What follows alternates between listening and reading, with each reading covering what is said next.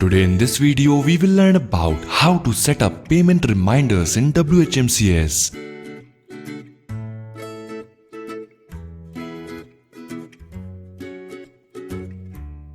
For that, log into Whmcs and then go to Automation Settings in Setup section.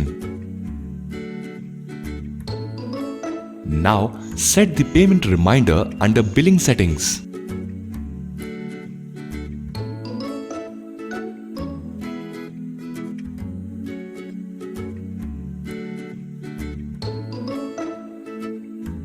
You can enter the default number of days before the due payment date for invoices to be generated.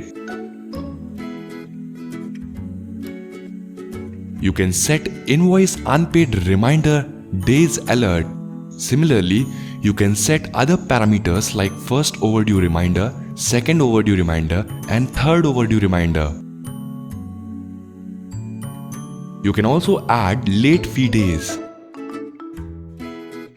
Once you have configured all of these settings, you can go ahead and click on Save Changes.